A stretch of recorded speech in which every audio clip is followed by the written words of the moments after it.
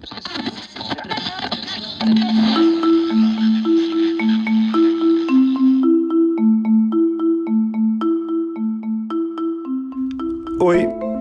está começando a 9ª edição do 451 MHz, o podcast para quem lê até com os ouvidos. Eu sou o Paulo Werneck, editor da revista 451. 2 vezes por mês, a gente conversa aqui com autores, críticos e leitores sobre os livros mais legais que acabaram de ser publicados no Brasil. Essa é a 2ª edição do programa do mês de novembro. A gente interrompeu o nosso fechamento da edição especial de dezembro e janeiro, que é uma edição com os melhores livros do ano de 2019, escolhidos pelos nossos colaboradores, para vir aqui para o estúdio conversar sobre alguns dos livros que estão saindo nesse mês de novembro no Brasil. Esse episódio tem o apoio do Instituto Vera Cruz, que é um dos principais centros de formação de escritores no Brasil. O Instituto Vera Cruz é um desses projetos bonitos em torno da literatura contemporânea brasileira, que mostram que escrever é algo que a gente pode aprender com os grandes mestres. Muitos autores importantes são professores no Instituto Vera Cruz e já formaram autoras e autores que entraram para a circulação sanguínea da literatura brasileira, ganhando edições e alguns até já são finalistas de prêmios. O processo seletivo para a formação das turmas já está aberto e vai até o dia 22 de novembro. Para se inscrever, é só acessar o site.veracruz.edu.br/instituto. Instituto Vera Cruz, seja o escritor que você quer ser. Novembro também é o mês de receber no Brasil um dos principais nomes do movimento punk de meados da década de 70, a poeta, cantora, fotógrafa, compositora e escritora americana Patti Smith. Todo mundo sabe que ela está em São Paulo para participar de um festival de rock e aproveitou para lançar mais 2 livros aqui no Brasil, Devoção e O Ano do Macaco. Esses 2 livros são o assunto do nosso primeiro bloco do 451 MHz. Para conversar sobre a Patti Smith, a gente trouxe um ambiente de climão aqui para o podcast 451 MHz. A gente convidou a Letícia Novaes, que vem ser a Letrux, a grande cantora, rockstar, compositora, poeta, cronista, que veio aqui conversar com a gente sobre uma paixão da vida dela, que é a Patti Smith. É uma figura que eu admiro em tantos níveis, literário, musical, de ativista, né? Além de escrever bem, de cantar bem, de compor bem, pinta, bate foto, que isso, é muito... Ao lado da Letícia estava a editora da 451, Paula Carvalho, que também é uma fissurada pelos livros e pelas músicas da Patti Smith, e ela conversou comigo sobre essa grande autora que a gente está podendo assistir no Brasil.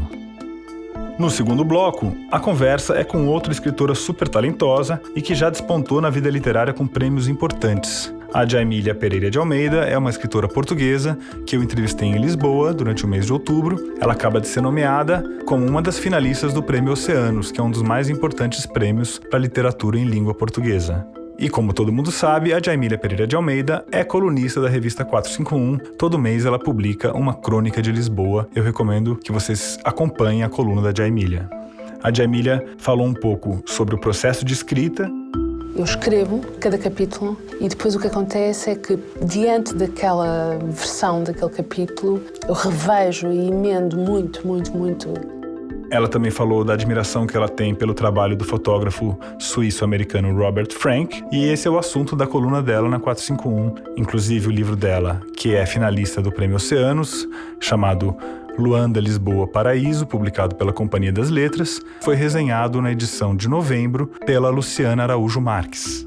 A entrevista com a Jaimília é a primeira de uma série de entrevistas com escritores portugueses que eu fiz em Lisboa e que vão passar nos próximos episódios do 451 MHz. E já que a gente está publicando esse episódio em pleno 15 de novembro, vamos aproveitar o feriadão para ouvir um dos maiores historiadores do nosso país. Eu estive no Rio de Janeiro com o historiador José Murilo de Carvalho, um dos mais importantes ainda em atividade. Ele tem publicado muitos livros, foi convidado da Flip no ano passado e lançou Forças Armadas e Política no Brasil, livro pela editora Todavia. A partir do momento da eleição, pessoas realmente passaram a temer que houvesse um retorno, né, de um governo militar. Eu não sou tão pessimista assim, porque é realmente bastante diferente, né?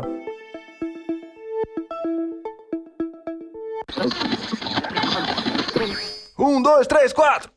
Hoje a gente recebe aqui no 451 MHz uma poeta superior, uma cronista da vida amorosa e urbana no Brasil de 2019. E também uma grande leitora, Letícia Novaes, também conhecida nos palcos como Letrux, que além de tudo isso que eu falei, é uma rockstar, uma grande compositora. Ai, que apresentação maravilhosa. Bom, e eu vou te apresentar para quem é tiozão que nem eu, talvez tenha escapado, o fenômeno que foi o lançamento desse álbum chamado Letrux em Noite de Climão em 2017. Estourou nas pistas de dança, fez um estrago nas festas, festivais pelo Brasil afora, com canções como Que Estrago, Vai Render, Ninguém Perguntou Por Você. Qual é o grande hit eu aí? Eu acho que tem uma música que as pessoas piram muito, a música que todo mundo me marca, todo dia no Instagram, no Twitter, marca o cachorro dançando, marca a avó dançando, é Flerte Revival, que é realmente a música mais pistinha. Revival do marinheiro, cê sabe circular. Essa música não tem um dia que eu passe da minha vida que não tem alguém lavando roupa, alguém dançando na boate, alguém em casa com o cachorro brincando, ouvindo Flerte Revival. Foi um fenômeno, assim, aconteceu alguma coisa com essa canção que... Mas você consegue fazer uma mistura de lirismo, até um pouco de fossa em algumas músicas, com essa energia de pista, né? O projeto do disco era muito essa frase, onde a fossa dança e o gozo dói. Na época que eu fazia stand-up comedy, tinha uma galera do stand-up que eu falava assim, gente, eu quero matar essas pessoas, porque faltava uma substância mais, sei lá, existencialista, uma coisa que eu buscava mais. Mas também quando eu tô num lugar muito intelectualóide, também fico, ai meu Deus, gente, fala uma piada. Eu quero falar de coisas prazerosas, mas a vida também tem suas trevas, tem seu lado sombrio, então acho que o Climão foi muito sobre isso mesmo. É o que você escreveu até num texto do Suplemento Pernambuco, né? Que você fala que você percebeu o climão que é existir, né? Você uma hora, gente, pelo amor das deusas, uma hora você acorda e você fala, o que é isso? O que a gente tá fazendo aqui? Então, eu acho que o climão, até a palavra climão, ela veio muito desse lugar. 2016 foi um ano bizarro, um ano do golpe, impeachment. Foi o ano que eu formatei o projeto. E aí, botei em edital, não passei, voltei a morar na casa dos meus pais, foi um puta climão mesmo. E aí, fiz crowdfunding, porque apesar de todo esse hype, tudo isso que tá acontecendo, ele é um disco que foi feito com crowdfunding. E é independente, é totalmente independente. Maravilhoso. Isso mostra a força da cultura no Brasil, que tem realmente no público um ponto de sustentação, né? A revista 451 também é mantida numa espécie de crowdfunding, que são as assinaturas. Claro. Então, até mesmo para esse podcast, a gente recebe recursos dos nossos assinantes. Ai, muito obrigada. Se cada ouvinte aqui fizesse uma assinatura, a gente teria esse podcast eternamente. Amo. E a Letrux é um fato cultural que apareceu através desse método de financiamento. Mas esse seu disco, ele tem uma carga poética tão forte que ele chegou a ser elencado entre os melhores livros de 2017. E ele tem a Bruna Beber, que é uma das grandes poetas atuais do Brasil. Quem não conhece, tem um livro chamado Rua da Padaria. Vocês são amigas? Como é que é? A gente é amiga há muito tempo. A gente sempre teve uma amizade muito de pessoas que não são da Zona Sul do Rio. E eu sou da Tijuca, ela é de São João de Meriti. A gente sempre estava mais a par de tudo que estava rolando no centro do Rio, nas coisas. Então a gente se atraiu muito rapidamente, do tipo, que legal e tal. E aí um dia eu falei, amiga, a gente tem que fazer uma música, E é engraçado porque é uma música maravilhosa no disco, é uma música sobre o tesão, sobre o amor entre duas mulheres, entre duas lésbicas. Eu amo essa canção. E um monte de gente fica, estavam muito loucas quando fizeram essa música. A gente fala, terça-feira, 2h, sóbrias, na casa dela. As pessoas também têm uma visão do climão ser minha vida. E é uma coisa louca. Literatura também, quando alguém escreve um livro, um romance, fica, você viveu tudo isso. Isso é um pouco chato, né? E, poxa, a gente é criativa, sabe? A gente também pensa mundos. Eu entro numa viagem, eu fico olhando, eu tenho uma visão periférica muito forte. De tipo, olha o que essa pessoa no metrô falou, gente, que frase hilária. Inclusive, Que Estrago. Eu acho que um dia eu tava andando na rua, eu não lembro exatamente, mas alguém falando, que estrago, né? Eu falei, gente, essa frase, isso é maravilhoso, que estrago. Anotei, corta para 3 anos depois, eu falei, Bruna, vamos fazer uma música que fala assim, que estrago. Que estrago você fez lá na minha cama.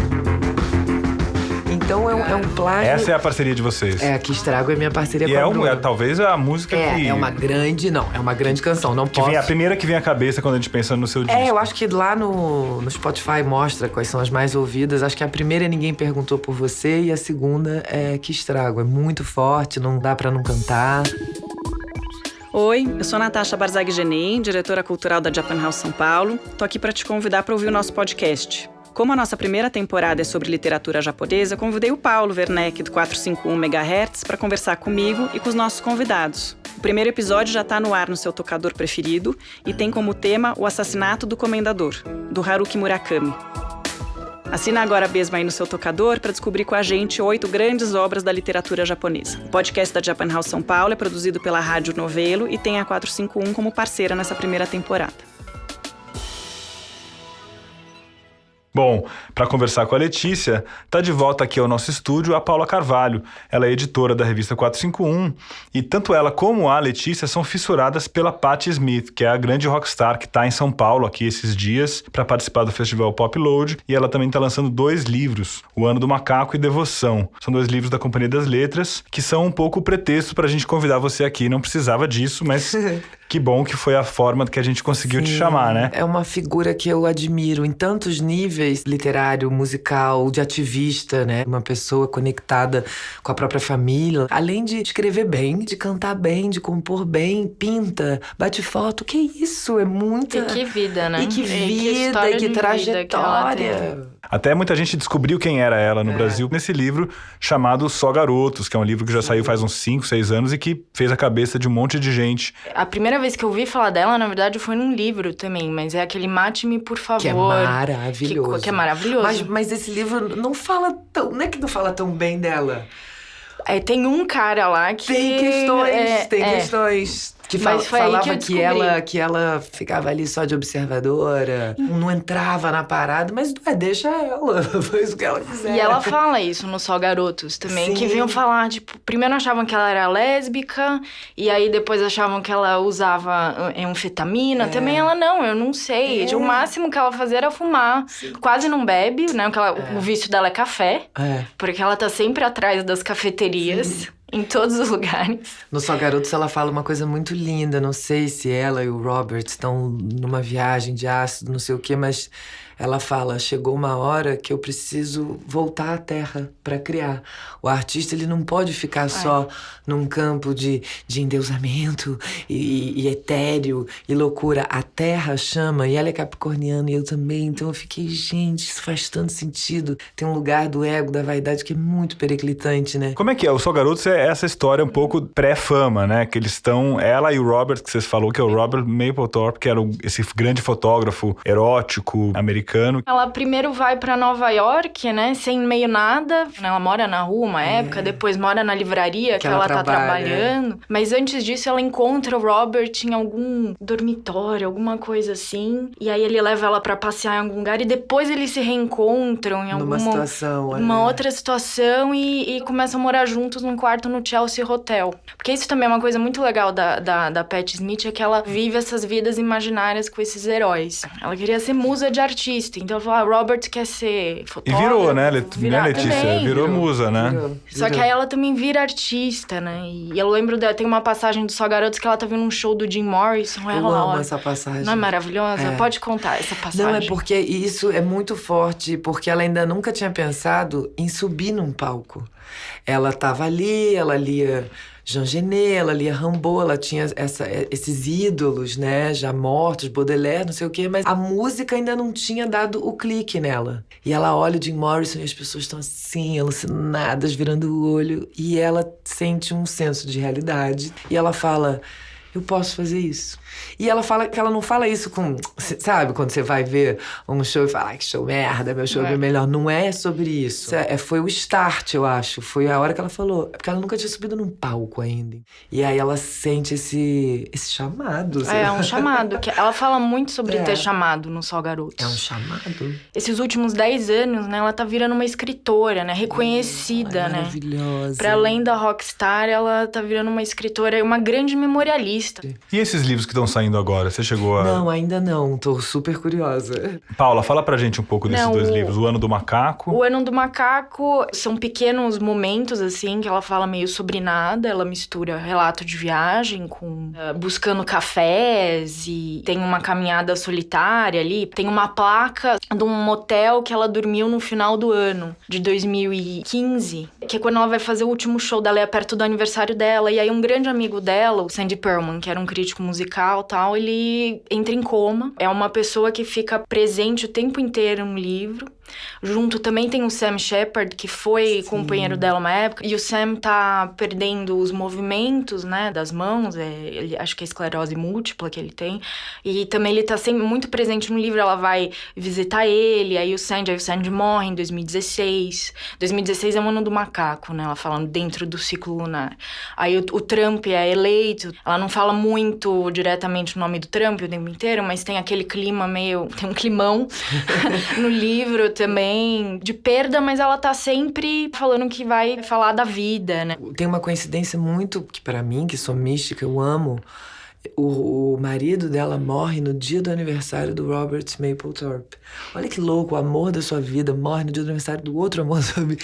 As datas, né? E ela tem uma coisa com datas, que memória, né? Tudo bem que ela deve ter diário e tal, mas como uma pessoa já com quase 70 anos começa a contar dos seus 21, assim, com detalhes, com minúcias, eu fiquei assim, gente, vou começar a anotar as coisas. Mas você não faz diário? Porque tem um texto seu que eu li que você dizia Faço, mas eu percebi, lendo esse livro e outros, que eu preciso de um pouco mais de organização, porque são mais frases soltas. O que são esses diários? São laboratórios seus de composição? Você tá compondo agora um projeto novo tá todo mundo ansioso pra saber. Eu não vou fazer maiores perguntas. Então, eu tenho, claro, uma pessoa que escreve, sempre tenho caderninhos, coisas que me acompanham. Eu tenho uma relação muito linda com sonho, eu sempre acho que eu vivi. Então eu acordo, já começo escrevendo um sonho, e aí tô compondo esse disco novo de maneira caótica.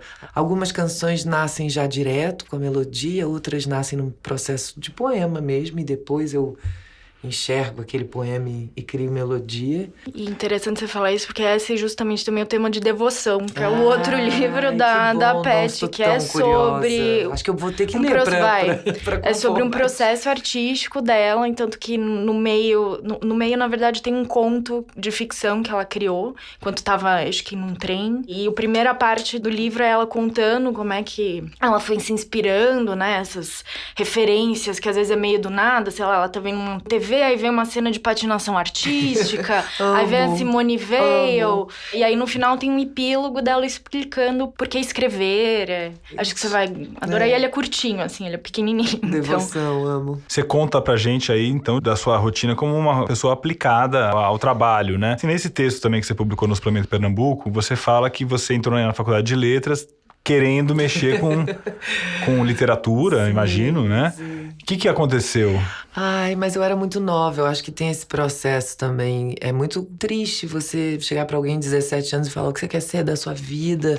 É uma crueldade, porque a literatura ainda faz parte da minha vida. Talvez se eu fizesse faculdade de letras hoje, eu teria, nossa, um outro pensamento, uma outra maturidade. Eu era muito nova. E aí eu cheguei na faculdade com uma visão muito Sociedade dos Poetas Mortos. E não é nada disso, a faculdade de letras, né? Em 2000 era uma coisa assim, normativa, não era muito legal. Mas você diz nesse texto aí que você fala assim, eu descobri que eu era mais engraçada do que eu pensava. É porque minha mãe, que é uma mulher pisciana, tava me vendo ali na faculdade de letras triste e falou, olha, não tá rolando a faculdade de letras pra você. Eu te matriculei aqui num curso de teatro e eu fiquei, gente... E aí no teatro... A minha primeira aula foi aula de música. Eu cheguei atrasada, porque eu morava na zona norte do Rio, e o professor falou, você aí atrasada canta. Era a minha primeira aula, eu tinha 19 anos, eu não conhecia ninguém. Climão me persegue. Eu falei, bom, é agora ou nunca. E aí eu comecei a cantar. Oh Lord, won't you buy me? Comecei a cantar Janis Joplin e as pessoas ficaram olhando, quem é essa louca? E eu imitava muito bem a Janis Joplin. Hoje em dia eu acho que eu já achei uma voz minha, porque quando você tem 19 anos você acaba imitando as pessoas que você gosta, uma coisa normal também e importante. Mas é muito marcante, minha primeira aula do teatro ter sido música. Gosto muito do palco, gosto de dramaturgia, amo teatro, amo ver peças boas. Então eu acho que no teatro eu falei, olha, eu amo isso aqui, mas peraí. tive que fazer teatro para me entender como cantora e compositora. E foi um chamado também? Foi um chamado. E o que você gostava de ler? Que autores e autoras são? A minha mãe é professora, né? Então ela sempre me deu muitos livros. Eu lembro dela me dar a antologia do Drummond dela quando eu era criança. E eu ficava, oh meu Deus, achar aquilo assim. E até hoje ainda amo muito. E aí depois eu fui crescendo e ela foi me dando Clarice Lispector. E aí pronto, acabou o mundo, hecatombe, bomba atômica na cabeça. Clarice tem Climão, né? Clarice tem Climão. Paixão Segundo GH é um livro que eu preciso reler. Mas ela foi me dando também Gabriel Garcia Marques, 100 Anos de Solidão. Mas eu ainda prefiro O Amor nos Tempos do Cólera. Tem uma relação ali que bate. E aí você vislumbrou uma carreira literária, de professora também, ou de escritora? Então, olha que lindo. Quando eu estava com 25 anos, eu dei aula de redação num curso voluntário de pré-vestibular. Mas era uma coisa lúdica também, eu incentivava eles a terem um pensamento também poético. Eu sei que o vestibular não é o lugar para poesia, mas eu não queria ser um lugar frio. Eu considero essa uma experiência muito forte na minha vida, mas nunca pensava, vou escrever um livro, vou dar aula. E aí, em 2015, eu reuni um material que eu tinha desde a infância, uns exercícios de dislexia da minha alfabetização, com poemas atuais de 2015, e lancei meu primeiro livrinho, que chama Zaralha. Zaralha, eu ia te perguntar sobre esse livro. E aí, onde tá? Esse livro foi publicado por uma editora? Esse livro foi publicado por uma editora lá do Rio, Guarda-Chuva, e ele esgotou. Só que agora eu comprei mais livros, mandei fazer mais livros e eu fico vendendo no show. As pessoas olham e falam, a Letrux tem um livro, nem era Letrux na época, mas ela tem um livro, meu Deus, é hilário o livro. É uma besteirinha, mas que eu amo, tenho ternura. Eu tô escrevendo novos poemas, uma grande loucura tá acontecendo na minha cabeça nesse momento. E quem sabe, de repente, publicar no próximo livro no próximo ano, um segundo livrinho de poesias. Belíssimo ato falho, a gente vai esperar.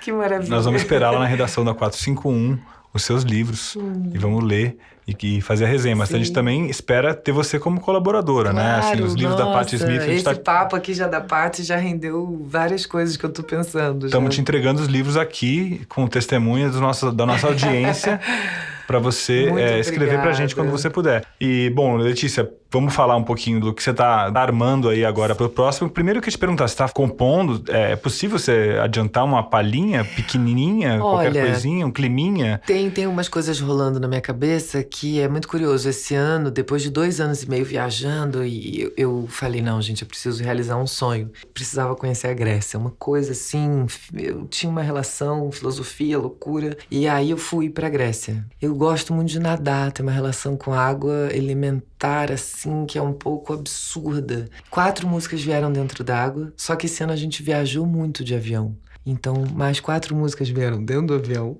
E algumas músicas também foram feitas no meu bairro, na Tijuca. É uma mistura de terra com fogo. Eu quis falar sobre emoção, porque o último ano, o cinismo, o deboche, a ironia dos parentes, que eu não sei o que é. Isso me machucou. O cinismo é uma coisa que eu odeio gente cínica. Eu prefiro que alguém seja atrapalhada ou ignorante do que ser cínico. É mesmo, querida? Que ódio. E aí isso me dá, sabe, eu fui ficando... Esse ano que passou não foi fácil, né? Então, é meio isso. Maravilha, vai ser difícil segurar a ansiedade. Esse disco deve sair, você me falou, lá pro começo do ano, né? Depois do carnaval, eu acho. Depois do carnaval, até lá, tem o seu DVD. Sim. Em Noite de Climão. É isso? É o título? Letrux em Noite de Climão, DVD. A gente tá usando a palavra DVD, mas a gente até ri, porque talvez a gente não consiga lançar o DVD físico, porque quem tem DVD, algumas pessoas têm, eu mesma tenho, mas é uma coisa que já tá meio obsoleta e tal, mas a gente vai lançar o show completo. O DVD tá lindo, foi dirigido pela Tata Pierre, e a gente vai lançar em dezembro, assim, vai ser tipo um presente de Natal pra galera e tal. Pra estragar o Natal da família. Tradicional brasileira. Maravilha, vamos nessa. Eu queria agradecer a canceriana Paula Carvalho. Meu oposto, que amor. Meu meio de céu é Capricórnio. Que ótimo, amo. Obrigado a Capricorniana. Obrigada. Letícia Novaes, eu sou Aquário. É verdade, você botou no e-mail, maravilhoso. Meu Mercúrio e minha Vênus são em Aquário. Aquário agrega valor. Muito, não. Darwin era Aquário. Maravilha, Letícia. Obrigado, viu? Queridos, muito obrigada. Obrigada. Foi uma delícia. Gente, passou quanto tempo? A Patti Smith, com certeza, é uma das nossas indicações literárias para esse mês de novembro. Mas se você está buscando mais indicações do que você pode ler agora no final do ano e nas férias de verão, a gente vai te ajudar nessa busca. Além de ouvir o 451 MHz e ficar por dentro do que há de melhor sendo lançado no Brasil na revista 451, você ainda conta com o nosso mais novo parceiro, o Books Club. O Books, BUX, é um fã-clube de leitores que reúne um time de 18 curadores prontos para indicar a sua próxima leitura. São personalidades da literatura, jornalistas, músicos, empresários. Você escolhe um deles ou quantos quiser e ele te acompanha o ano inteiro, sempre com novas dicas. Um dos curadores, por exemplo, é a cartunista e chargista Laerte Coutinho. Ela vai te indicar livros sobre questões de gênero, política e cotidiano. Então, para se cadastrar e conhecer as dicas da Laerte e de outros curadores do Books Club, é só acessar booksclub, com BUX, club.com.br.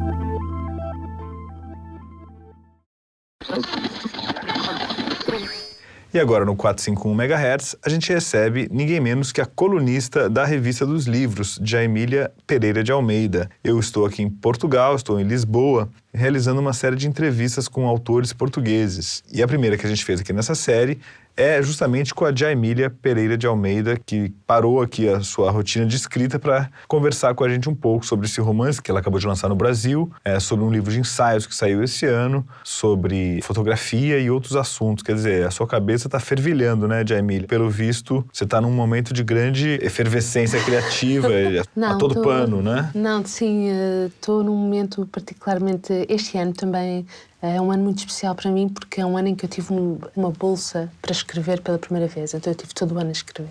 E você escreveu o que você queria escrever? Não sei, foi interessante, porque quando eu comecei a escrever o romance, eu ainda não sabia escrever o género de livro que eu queria escrever e o género de livro que vinha a escrever.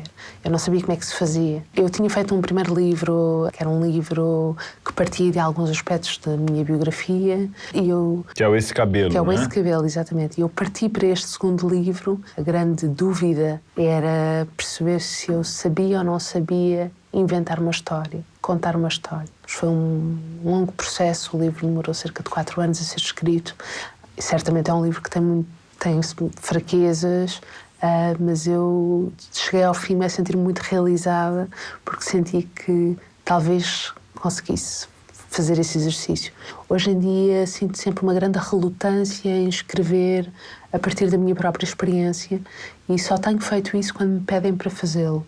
Mas eu, entre uma coisa e a outra, entre o Esse Cabelo e o Luanda Lisboa Paraíso, fiz um livro acerca de uma comunidade de pessoas com paralisia cerebral.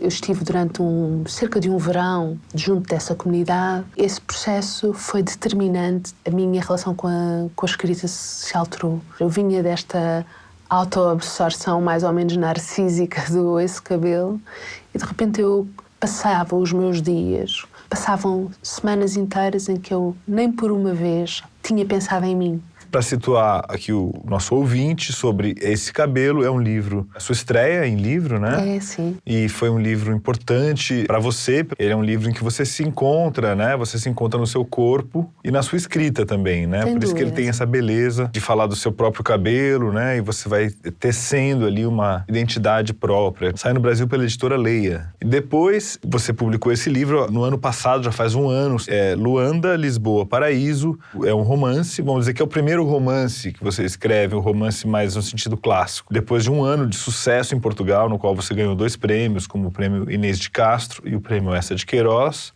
ele está saindo no Brasil agora nesse momento. E esse romance que você se colocou como um desafio para elaborar uma história totalmente ficcional. E que história é essa? O Luanda é a história de um pai e um filho, o Cartola e o Aquiles. O Aquiles tem um problema de saúde e eles vivem em Angola, mudam-se para Lisboa com o objetivo de tratar este problema de saúde que não têm forma de tratar em Angola. E o livro, no fundo, é a história desta viagem e a história daquilo que lhes acontece e daquilo que eles encontram em Portugal. O livro acompanha o desenvolver da relação entre eles, enquanto pai e filho. E você falou no começo da entrevista sobre essa questão de precisar se dedicar a escrever, dedicar seu tempo integralmente a isso. Falou sobre o desafio de escrever Luanda, Lisboa, Paraíso como uma história plenamente inventada. Eu queria saber como é que você escreve. Nesse caso, você planificou a história antes? Eu tinha os traços gerais, mas houve muitas surpresas. Quer dizer, eu vou escrevendo e não faço sinopse, não faço planos, nada. Neste caso eu tinha um arco, então eu sabia mais ou menos. E aí você escreve muitas páginas e vai cortando? Ou você faz versões? Eu não escrevo em grande...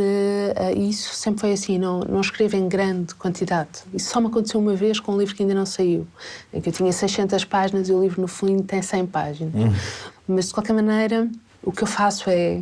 Eu escrevo cada capítulo e depois o que acontece é que eu faço uma coisa que quase costumo... Às vezes chamo de bordar, porque acho que é parecido com o bordado. Eu também bordo e acho que é parecido, que é... Eu revejo e emendo muito. Vou frase a frase, vou cozendo, vou bordando, como eu digo. É mesmo, parece mesmo bordado. O livro não é muito longo, mas levou muitos anos porque cada frase deu muito trabalho. É uma saga familiar, de certa maneira, né? É, de algum modo, uma saga familiar. Quer dizer, é uma família reduzida, não é uma saga familiar com muitos personagens. Mas o livro acompanha, sobretudo, as transformações que ocorrem dentro deles os dois e nesta dinâmica entre pai e filho ao longo desse percurso. E é uma história de dificuldades, como você mesma falou, mas é uma história também de assimilação cultural, né? Porque no final eles vão ficando, eles vão se integrando, né? Completamente. Este pai, antes de vir para Portugal, é uma pessoa que viveu até com certa vontade durante o período colonial. Tem dentro dele toda uma série de sonhos e depois o livro, no fundo, revela a forma como esses sonhos e essas expectativas vão sendo douradas. Essa experiência colonial ou pós-colonial é uma tendência forte na literatura portuguesa e angolana. Por que te interessou tanto ir atrás desse passado ou desse momento pós-colonial? Não sei bem explicar, eu acho que tem a ver com o momento em que eu começo a escrever e a interessar-me por escrever mais na idade adulta. É um momento em que começo a interessar-me por perceber um bocadinho melhor de onde é que eu vim, quem é que eu sou. E, portanto, ao começar a escrever sobre essas interrogações, comecei inevitavelmente a pensar nos meus antepassados. E, portanto, livros como Esse Cabelo e o Luanda nascem dessa interrogação interior. Portanto, não houve um momento em que eu decidisse, bem, se calhar vou começar a pensar nestes temas pós-coloniais, por assim dizer. Essas interrogações todas, elas são, particularmente na sua obra, um motor, né, criativo, né?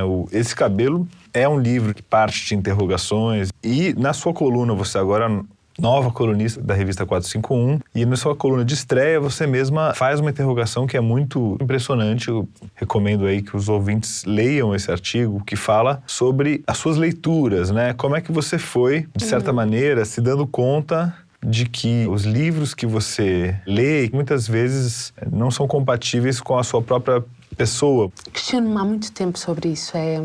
Leio muito e cada vez mais literatura do século XIX e do século XVIII, etc. E às vezes são romancistas, mas às vezes são filósofos, etc. E comecei a perguntar-me, bem, eu estou aqui a ler este livro deste homem oitocentista, que lugar da casa dele é que eu podia ocupar? O que é que seria a minha vida se eu tivesse nascido 100 anos antes? Você é uma leitora de Machado de Assis? Sim, também. Sim, também. Pensando nele, parecia um pouco mais ambíguo, por exemplo, pensando na casa dele. Talvez você fosse bem recebida ali. Sim. E hoje existe no Brasil uma reivindicação muito forte do Machado de Assis como um autor negro, né? Coisa que ele próprio não afirmou. A obra dele te traz algum tipo de... Sim. de reflexão, não é a primeira pessoa em quem eu pensaria, porque apesar de adorar o Machado de Assis, lembro-me, por exemplo, já não sei se era nas Memórias Póstumas do Brás Cubas, de uma cena em que um menino montado em cima de um escravo e lhe dava esgastadas. Questiono-me como é que um autor negro escreve essas... Acho que é interessante a ideia de uma pessoa que está a escrever e que transcende a sua condição na medida em que nada lhe é estranho, no sentido em que admite-se falar sobre qualquer assunto. Você tem uma relação com a imagem também, né? Ela muitas vezes é o gatilho. Sem dúvida, tenho muito grande mesmo. Talvez já seja uma relação antiga, por razões até familiares, mas tornou-se muito intensa a partir do momento em que o meu marido começou a estudar fotografia. Na sua coluna da 451, que está sendo publicada agora em novembro, você escreve sobre um fotógrafo, que é o Robert Frank. Vamos falar um pouquinho do Frank, que morreu esse ano, né? Em 2019. Eu pensei em escrever porque senti muito essa morte. Vários livros do Frank se tornaram muito importantes na minha casa. Neste caso não é só para mim. Eu decidi escrever a coluna porque no momento em que foi a morte, como às vezes acontece, uma pessoa vai recordar certas coisas. E nós tínhamos visto há vários anos um documentário sobre ele e sobre a vida dele. Gostava de, na coluna, tentar experimentar este ponto de vista de algumas coisas que se passam na cidade, etc. E nós estamos a viver em Lisboa este momento que tem a ver com as rendas, com o aumento enorme das rendas de casa, etc. Quanto se paga para viver na casa? O aluguel. E o Frank fala sobre a cidade e faz uma analogia que eu acho extraordinária entre as cidades, de um modo geral, e o mar. E ele diz que a cidade é como o mar, tira sempre alguma coisa de ti. É uma ideia que me interessa. Aliás, é uma ideia que tem um bocadinho a ver também com o que se passa neste livro Luanda, nesta cartola, neste homem que chega aqui e de repente é tudo mais alto, mais barulho, mais forte. Maravilha. A gente recebeu aqui no podcast 451 MHz a grande escritora Jaimília Pereira de Almeida. Ela é a nossa colunista, está escrevendo desde a edição de outubro, então convido vocês a conferir a nova coluna dela na edição de novembro, está saindo agora, sobre o fotógrafo americano Robert Frank. Jaimília, parabéns pelo seu livro, que acaba de sair no Brasil. Luanda, Lisboa, Paraíso, sai pela Companhia das Letras. Livro já premiado em Portugal, cavalgando 2 prêmios nas mãos dos leitores brasileiros. Muito obrigado pela conversa. Obrigada eu. Gostei muito. Muito obrigada. Bom, e para ser uma autora ou um autor premiado como a Jaimília, você precisa, antes de mais nada, publicar os seus livros. E aqui no 451 MHz, a gente tem uma parceria que pode te ajudar nessa empreitada de maneira fácil, rápida e gratuita.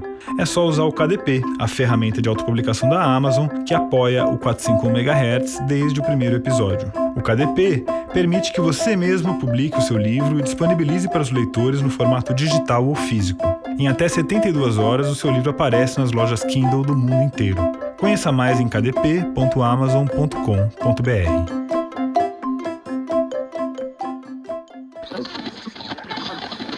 Bom, e agora no 451 MHz, o podcast dos livros, a gente recebe um grande autor brasileiro, um grande historiador que vem nos ajudar a entender um pouco melhor o momento em que a gente está passando. O José Murilo de Carvalho, lançando nada menos do que 3 livros nesse ano de 2019 e está entrando na discussão da situação política brasileira da forma que a gente espera de um grande historiador. José Murilo, seja muito bem-vindo aqui ao nosso podcast. Eu que agradeço o convite de vocês.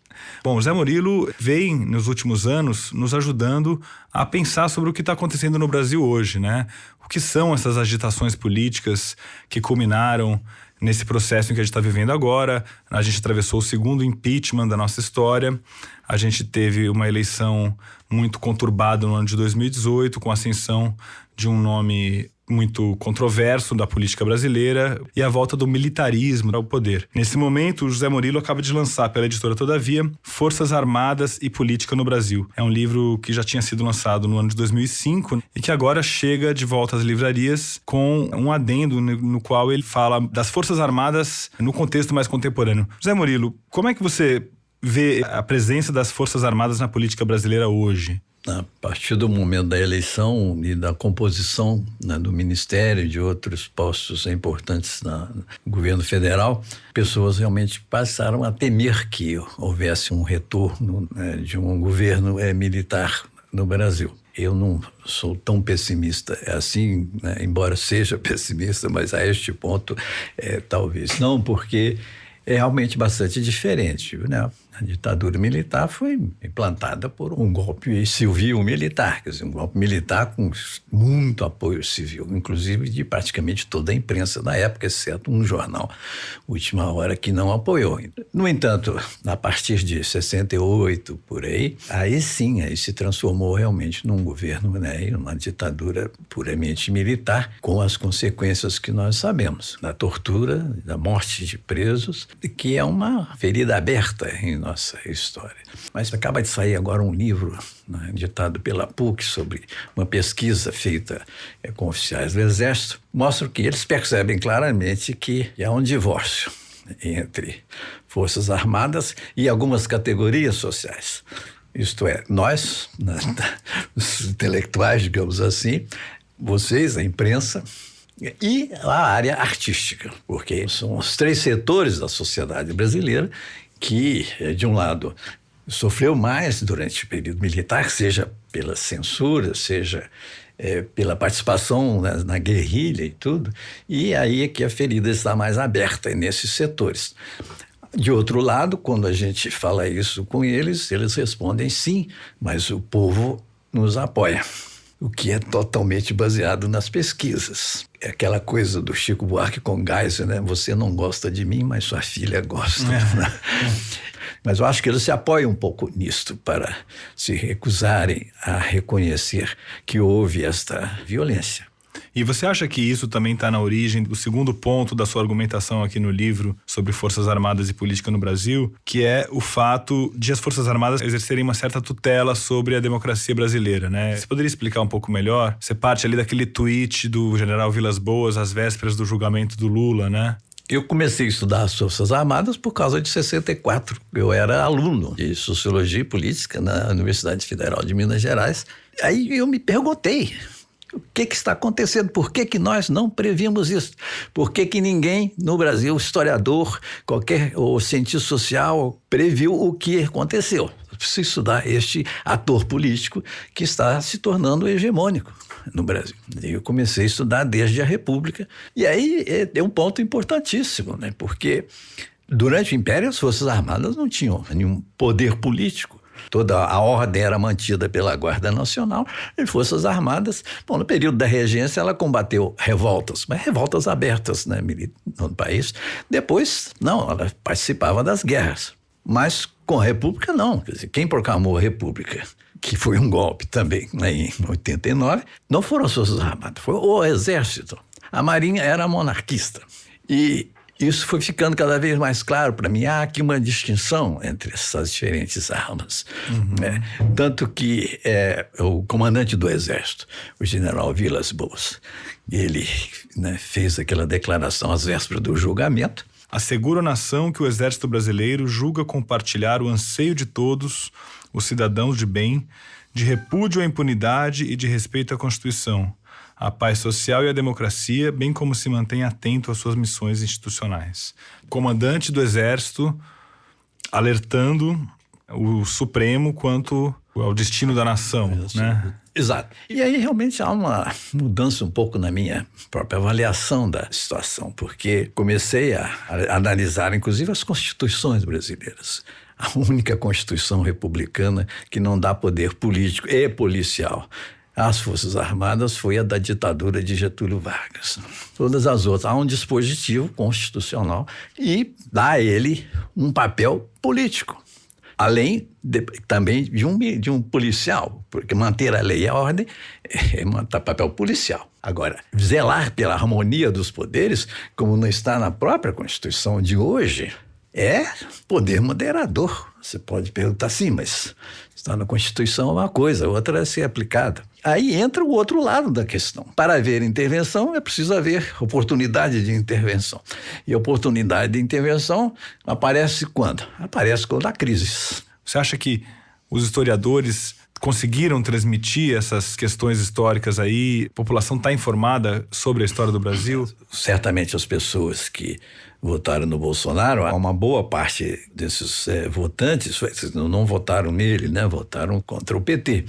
O que há aí, todos nos enganamos, eu me enganei redondamente, era que a sequência depois da ditadura, dos governos de Fernando Henrique e Lula, pelo menos o primeiro mandato do Lula, que nós estávamos realmente descobrindo um caminho, quer dizer, que dentro de uma democracia promovesse uma política social, promovesse a inclusão social. E por que deu no que deu, na sua opinião? Aqui há fatores pessoais e fatores sociológicos. Na parte pessoal, naturalmente, o carisma do Lula foi fundamental neste ponto, né? O Lula, forçando um pouco, era um certo Getúlio, mais um Getúlio democrático, isto é, o Getúlio no regime democrático. E deu muita sorte também no primeiro governo, com a economia internacional estava muito próspera. Muito positivo o quadro internacional. Exportações, etc. Então, ele tinha dinheiro suficiente para ampliar o que o governo anterior tinha feito, por exemplo, no Bolsa Família, que é a representação mais típica disso, tinha começado com uma Bolsa Escola e, modestamente, como Bolsa Família, se transformou realmente numa política importante no sentido de tirar da pobreza uma parte importante da população. E, além disso, ele era uma pessoa que tinha linguagem popular. Tanto é assim que o Lula preso, o PT não tem quem substitua. Não tem uma liderança. Não tem liderança. O que foi aí, talvez, um grande erro político do Lula, né? De não formar sucessores. Não só de impor candidatos que não eram fortes do ponto de vista eleitoral, né? Está aí o caso da Dilma, que obviamente ela foi eleita presidente, etc., seria uma liderança óbvia do PT. O PT não fala, né? Ela foi totalmente isolada. E houve a crise de 2008 internacional. A política continuou uma política distributivista, mas com erros econômicos crassos. Carisma zero, habilidade política zero. E a Dilma, nessa situação, sem nenhum apoio no Congresso. Porque, na época, essa discussão foi golpe ou não foi golpe, se a gente lê a lei do impeachment de 1950, vai que está claríssimo lá. Impeachment é um processo político. Claro que tem que ter um ponto para justificar, mas é realmente político. Bom, é sempre um alento poder ouvir um grande intelectual, um grande historiador brasileiro como o José Murilo de Carvalho, que está em plena forma, publicando como se não houvesse amanhã, já está lançando seu terceiro livro somente em 2019, está saindo pela Bazar do Tempo, Historiadores em Busca do Brasil, que reúne entrevistas de grandes autores como o José Murilo, como o Evaldo Cabral de Mello e também o Alberto da Costa e Silva. Então, José Murilo, muito obrigado por estar aqui com a gente no podcast dos livros. Eu te agradeço e vamos seguir com essas análises suas. Espero que você possa voltar aqui para conversar com a gente sobre o Brasil. Muito obrigado. Obrigado a você, Paulo, pela sua oportunidade. Eu estou estreando no podcast, né? Ótimo, Zé Murilo. Funcionou. Tá. Muito bom, hein? Legal. Você não quer assinar para mim aqui Hein? E assim chegamos ao fim do 9º episódio do 451 MHz. O nosso próximo programa vai ao ar na primeira semana de dezembro, no dia 6. O 451 MHz é uma produção da Rádio Novelo para a Associação 451. E eu sou o Paulo Werneck.